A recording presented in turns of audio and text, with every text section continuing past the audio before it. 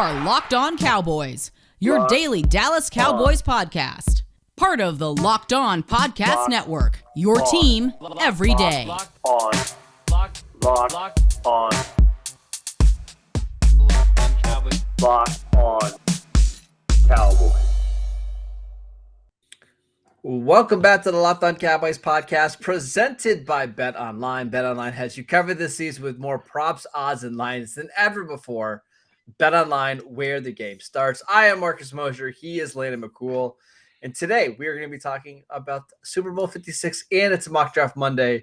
But before we do any of that, Landon, congratulations, LA Rams fan number one. How you doing today, sir? I'm doing well. I was able to make it crawling back to my car. It's like a war zone out there. Los Angeles is in the street. They are celebrating. They know that their team won a Super Bowl. They are fully aware. I heard the firework that went off last night. So it was, and I'm pretty sure that was just an accident. We are all celebrating in the streets. It's a holiday here, or at least that's what I told my boss. It's nothing but smiles here in the number one football city in America, Los Angeles. You couldn't even do the joke. It was without laughing. It was a nice little appetizer for the Lakers game that comes up on Wednesday, right? Yeah, the halftime show. That's what we showed up for. It is Los Angeles. That's why, it was so funny, talking about all these Rams fans. They were talking about all these Rams fans getting to watch their team win the Super Bowl. All the Rams fans probably left at halftime after the halftime show was done. So, did you watch the postgame show with Stan Kroenke, the owner of the Rams? He seemed like he was. You've never seen an owner less enthused about his team winning a Super Bowl. It was it was a chore for him to get up there and say thank you to all the Rams fan. Well, yeah, I mean he's got a very short window to start monetizing on this, so he's got to get going with marketing. So, all right, let's talk about the game. You and I were both rooting for the Bengals, correct? Yeah. I mean, I just only because I like the underdog aspect of it for sure. So, what did you think about just the game in general? Well, there's a couple things. First of all, I think that every year that I get older, I am less and less impressed with the Super Bowl. You should like the quality of the game. Well, it's just it felt like. I don't think that the Rams played a particularly great game. No, they didn't. They in fact, short of that one drive that was very much buoyed by the penalties that were called, I thought the Rams offense was pretty bad, to say the least. I thought that Cincinnati was really did a great job of being able to limit their ability to run the football, which really limited the offense's ability to do anything. And it wasn't really until they kind of started force feeding Cooper Kupp, and then they got a couple of penalties to kind of get them in line, and then give them multiple chances in the red zone to get an opportunity to score a touchdown. I just wasn't overly impressed with either of these teams' offenses. My big takeaway for the Rams is that they just didn't seem. There's a lot of glitz and glamour and a lot about high price players and a lot of superstardom surrounding, but they didn't play like superstars to me. And in fact, outside of Aaron Donald and Cooper Kupp, most of the superstars really kind of had pretty middling games. And then on the Cincinnati side, I would say the thing that my mind kept on going to was that we're going to have to see another season of the Chase versus Sewell memes because of this Super Bowl. It's just, we are get ready because it's happening already. So don't do that. We can't. This team was a play or two away from winning the Super Bowl. Absolutely. Hey, listen, Cincinnati, all the credit goes to them. They showed up. They played a great game. They were in position to win that game. And like I said, if not for a couple of penalties here and there and a big play there, that one drive, Cincinnati had every opportunity to win this game, and they should be totally thrilled with the way that they played. Yeah, I had some of the same takeaways that you did. Just over the last 5 years or so, the quality of the games in the Super Bowl has not been great. Like, we just don't get very well played games. Like, we've had them all throughout the playoffs. We had some really well played games. This wasn't one of them. Like, it was close, but it was kind of sloppy, right? It Well, I mean, wasn't I think necessarily that because of penalties though either. It was not a no. crisp game at all. Yeah, I mean, penalties didn't happen until that one drive. Frankly, I Yeah. don't like Yeah. almost at all. And really, I think it's those two things are tied together. It feels like the fact that you had such an exciting playoffs leading up to the Super Bowl, and the fact that you didn't have an incredible, grab the brass ring element of the Super Bowl is that you've got two pretty flawed teams in the Super Bowl, and they kind of played like it. Neither one of them were necessarily, taking charge and going to get the thing, up until again that one drive in the fourth quarter. So I think that's the thing that I feel like we've been missing. I mean, since the Patriots left, and even the Patriots, in some of the Super Bowls they won near the end, like they were sometimes just the team that was less sloppy, not so much the team that went out and took control of their destiny and went away as champion. Yeah, I agree. Honestly, my biggest takeaway watching the game yesterday, and I was watching with a bunch of family members, man, it was a missed opportunity from the Cowboys because they were just as talented as both of these teams in the Super Bowl, right? Like these were 2 4 seeds that kind of, played okay in the playoffs. I don't think either one of these teams played a great game in the playoffs, right? Not even And one. they made it, and the Rams ended up winning it. It's got to be so frustrating for Cowboy fans to watch that game and not see your team in the Super Bowl. I don't know. That is certainly one way to look at it for sure. The other way to look at it is that none of these teams are really that great. I mean, this is supposed to be a team that went all in and did everything they could, and this is as far as they got. I mean, like I said, they won the Super Bowl. That's awesome, but it's not like even if they ran everybody back, which I don't think they can do. No, I don't think they will. No, it's not like they're. I don't even know that they would be the number one choice to win the Super Bowl next year or to win the NFC. I just think that there's so much parity now, and the NFC, and this is the top team, and they aren't head and shoulders above the rest of the NFC. So I want to talk about that. I want to say that because I agree with you, but I kind of disagree at the same time. Okay. Let's just finish up the Super Bowl thoughts. I felt really bad for the Bengals though, because they played. Yeah. They were so close to winning. They held a fourth quarter lead. It's just they couldn't get the stop that they needed to on defense. And listen, they had a sequence. It was 2nd and 1, and they couldn't get a first down in 3 plays. It was brutal. Yeah. Basically decided this game.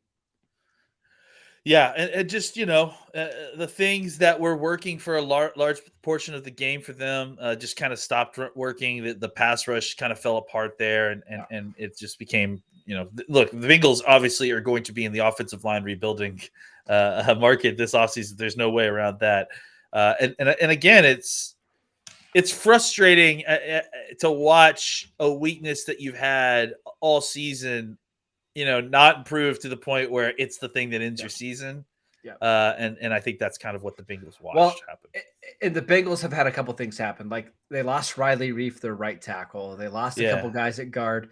And then everybody got on them for not drafting offensive line, but they did. They drafted a 2nd-round guard in Jackson Carman, who didn't play yesterday because he wasn't good enough. Like that's part of it. If you're going to draft on the offensive line, you got to hit on your picks, and they're going to be in the market. By the way, I don't think Connor Williams would be all that bad of a fit for the Bengals. Like if they wanted to spend like $6 or $7 million to get a guy that started a bunch of games, I think that would make a lot of sense for them. I kind of hope he goes there.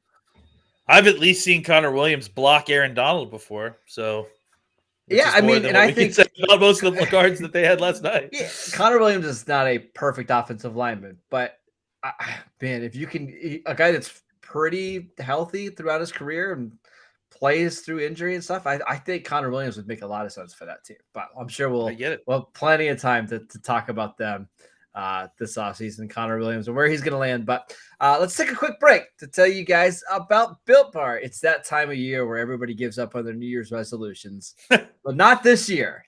Well, I don't, why are you laughing, Landon? It's not like we ate a bunch Well, of junk food last night, did we? no, I ate very healthy, and the way I know it was healthy is because I had a Built Bar at the end. I don't know if you saw the spread that we had, but it was ridiculous. It was. We're going to talk about that too, so Okay, we'll yeah, definitely see get into spreads as well. So yeah, now that the Super Bowl is passed, let's start eating healthier again. Let's do it by eating Built Bars. They only contain 130 calories, 4 grams of sugar, 4 net carbs, 17 grams of protein, but they're 100% covered in real chocolate.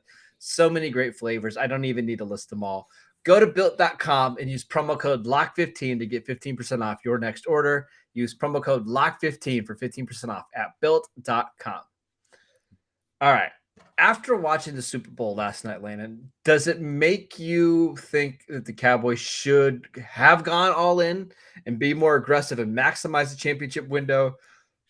Or do you kind of agree with the way that they're building this team and it's the long run? It's about drafting and keeping your own guys. What are your thoughts after seeing not only this Super Bowl, but also Tampa Bay do the same thing last year?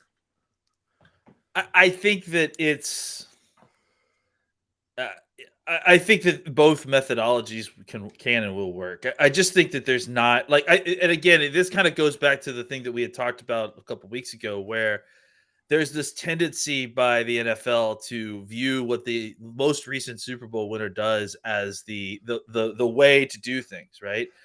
Do I think the Cowboys could do a little bit more in the way of kind of signing mercenaries or the Outside kind of free guys agents, right? outside free agents on like short-term rental Yep. deals? I think they could do a little bit more of that. What I don't necessarily want to see them do is completely mortgaging the future to go all in necessarily on one season, because I understand how successful it was for the Rams, but I mean, I think we just talked about it, man. Like, there are so many things that could have gone the other way. Sure. It was not like I just think that there's this idea that when somebody wins the Super Bowl, we forget all the negative stuff or all the potential pitfalls or whatever, and just focus on the fact that they are the Super Bowl winners. The Rams had many opportunities where they could have screwed this up.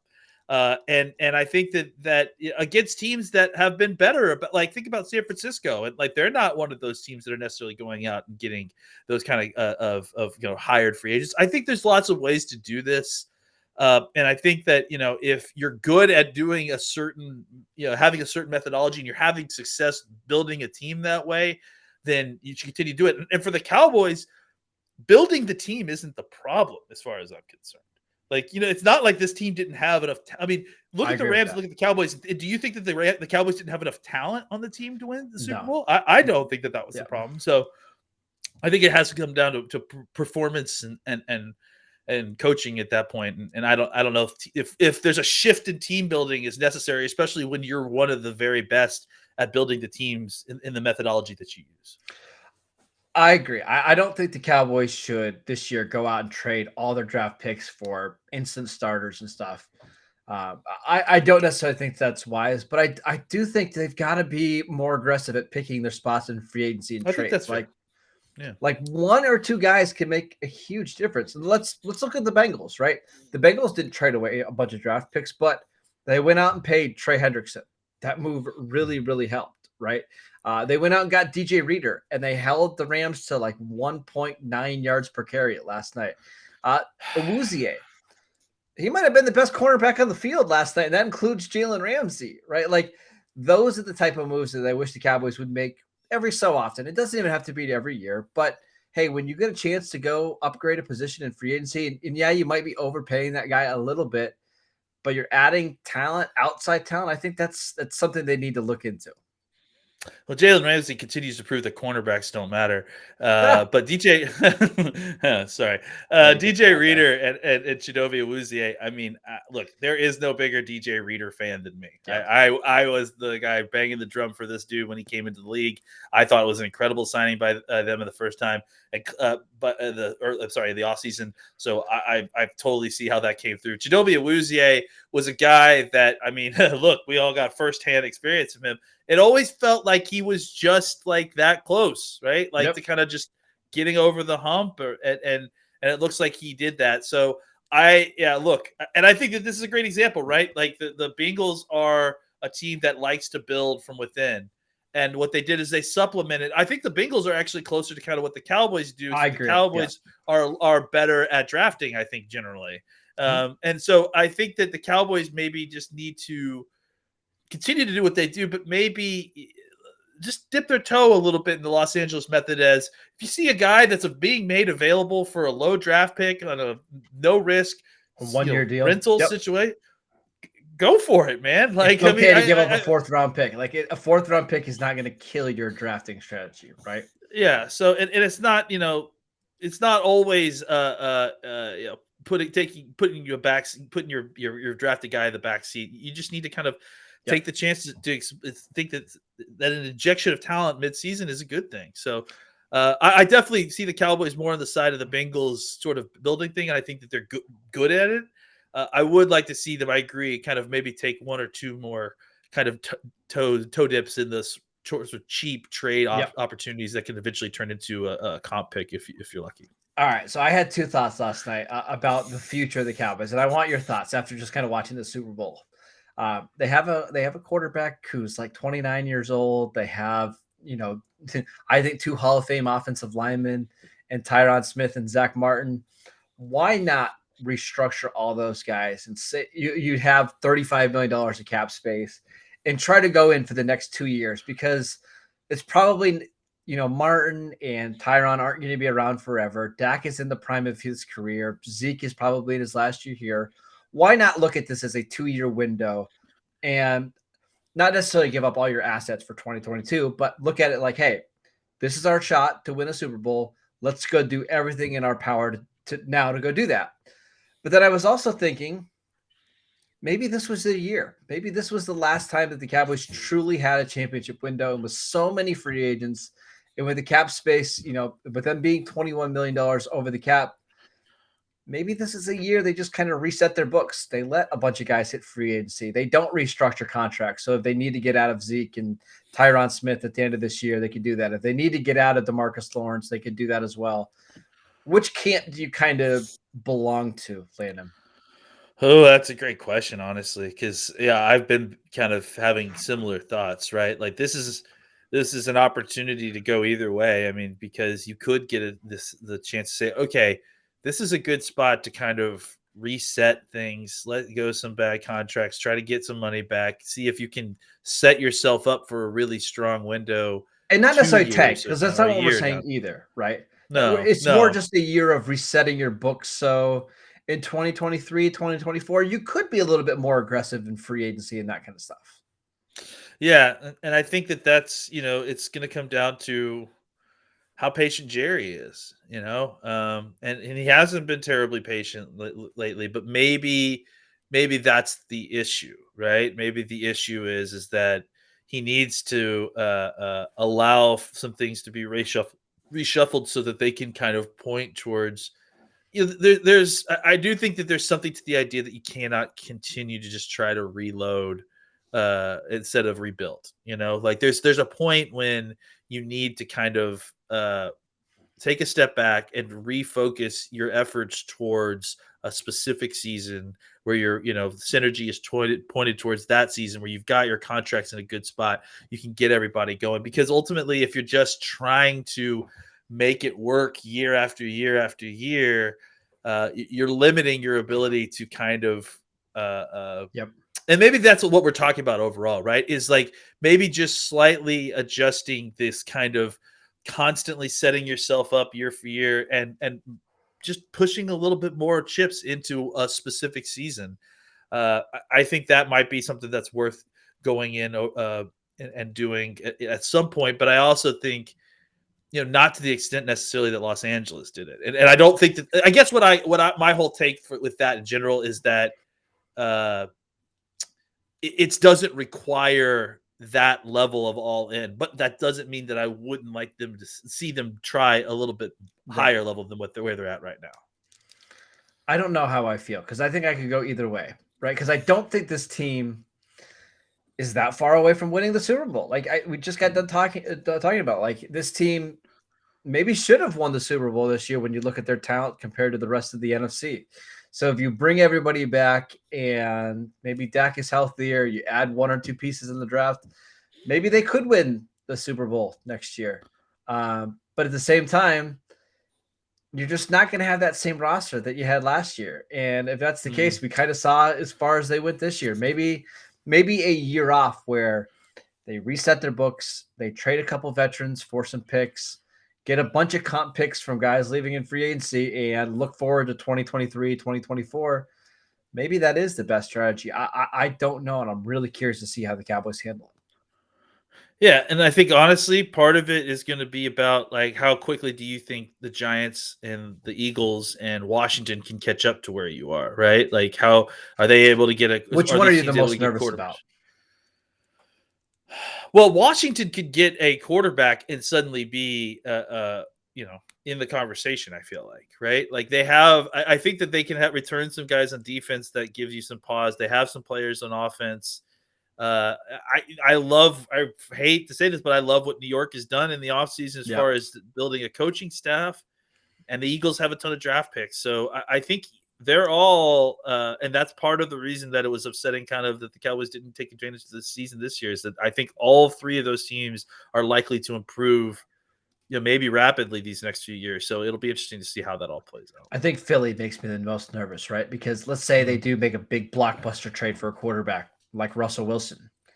As we saw with the Rams this year, look how much just upgrading your quarterback even a little bit can help, right? And with that roster, who knows? So we're gonna have plenty of time to talk about the Cowboys offseason and what they're gonna do.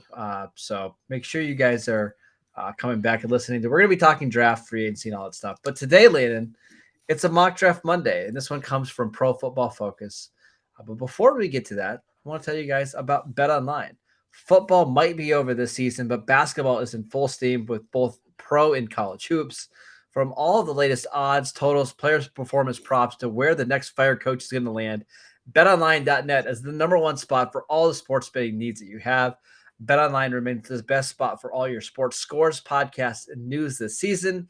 And it's not just basketball. BetOnline.net is your source for hockey, boxing, UFC odds, right to the Olympic coverage and information. Head to the website today or use your mobile device to learn more about the trends in action. BetOnline, where the game starts. All right, Landon, our latest mock draft from Pro Football Focus has the Cowboys selecting Tyler Linderbaum, center from Iowa, at pick number 24. How would you feel about Linderbaum, a 290-pound center for the Cowboys in round one? Time to run a bunch more zone. I like Linderbaum a lot. I think I've seen a little bit of it. I haven't fully studied him yet, but definitely, obviously, with all the chatter about him, watched a couple of games. Yeah. Clearly, one of the best movers you're going to see at center. Very heady player. The question becomes, does the value of the position warrant the kind of high pick, especially on a team that is going to be cash strapped? Center is not exactly an expensive position. So, he is probably likely, if you get him at 24, one of the more talented players that you're going to get there. The question becomes like, do you want to draft an undersized center at 24? And I think he's in the player wise, you would say, yes, absolutely. I just think that there are some cap considerations to consider if there's a player of equal value at a position that's valued more. I think Linderbaum is a top 10-ish player in this draft, maybe even higher. But I keep coming back to like what Jerry Jones said about the offensive line is he likes it when you have a big pocket right in front of the quarterback. And Dak Prescott's always kind of struggled if his center can get bullied a little bit, right? If he has pressure right in his face. I don't know if that's going to be a big issue for Linderbaum, but you do have to worry about it just a little bit with a 290-pound center, right? Yeah, I think so. Certainly think it's certainly something that's going to be brought up. I mean, if positional value wasn't a thing and his size wasn't a thing, yeah, you would be talking about a top 10 player as far as just pure talent at his position in this draft. I'd have no problem with it, though, because I do think he could come in and help right away. You now put Tyler Biadasz in a competition probably for that left guard spot, right? Him and Connor McGovern probably competing for that left guard spot, which is fine. Like those are two guys with a bunch of snaps under the belt. I don't hate that, right? And now you've got a long-term option at center. And with everybody comparing this draft to the 2013 draft where it was really weak up top, listen, if the Cowboys could replicate their 2013 draft success with Travis Frederick in round 1, I would take that, right? We'll take it for sure. Yeah. Absolutely. With a trade back and some extra picks too. Sure. I'll take that. Yeah. We'll throw that part in too. All day. All right. I like it. So giving this a mock draft to grade, I would say A-. What would you say? Yeah. I mean, it's a nice soft landing. I'd like to see who else is available, but honestly, not your linebacker, Nakobe Dean wasn't available. My linebacker, Nakobe Dean. Okay. We're going to save that one for later. A couple guys that were available. Kenyon Green, the offensive lineman for Texas A&M, was there. A bunch of receivers that the Cowboys did want to move on. David Ajabo, the edge rusher from Michigan. Trent McDuffie, corner from Washington. Yeah, I mean, I like Green a lot, but I'm not poo-pooing that. I think that's a good pick for sure. All right, tell me about your Super Bowl spread. What'd you go with? Oh man! So first of all, my wife made what she calls the taco pizza, which was unbelievable. It was I could only eat like 2 pieces of it. It was queso, right? Mm-hmm. As the sauce, essentially, with chorizo and onions and jalapenos. And it was unbelievably good, but incredibly filling. And then we had some garlic chicken wings, some chips, some dip, some sodas, lots of fun stuff for the 3 of us. Like that was the thing, is it was just we didn't have anybody over. It was just me, my wife, and my daughter. So there was lots of leftover food. That's probably what I'm eating today too, I imagine. I went to a cousin of mine's and we had 50 people there, and we did 3 sheet pizzas, which had like 40 slices in them a piece. And then I did a 5 cheese queso that I did in my smoker.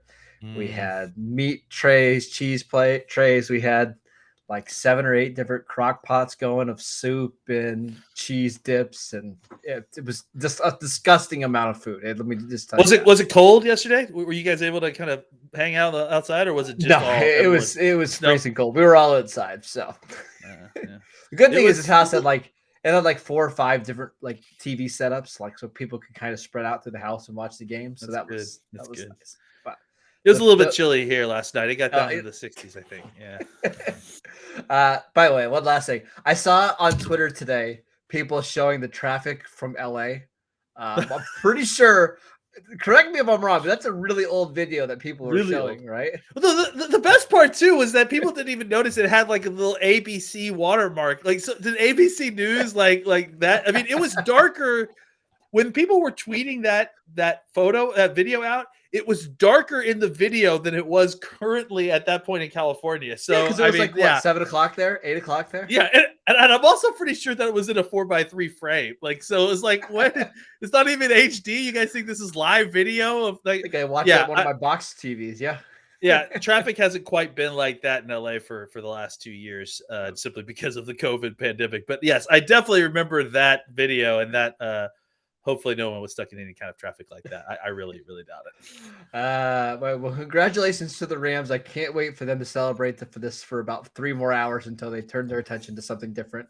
Oscar season's coming up, right? That's what everyone's. I'm sure like they're gonna be in their interviews, like they're like, "Hey, congratulations on winning the Super Bowl. By the way, who do you think is gonna win Best Picture this year?" Did you watch Don't Look Up? Yeah, exactly. What were your thoughts on Don't Look Up? They'll definitely refocus the attention where it should be, as they usually do in Los Angeles. Rams friends. Hey, great season. Looking forward to the off season. It's gonna be a wild one, Landon. We'll be with you guys every single step of the way. Download the podcast at Locked On Cowboys. Follow us on Twitter. You can follow Landon at McCool BCB. I'm at Marcus _Mosher. We'll see you next time.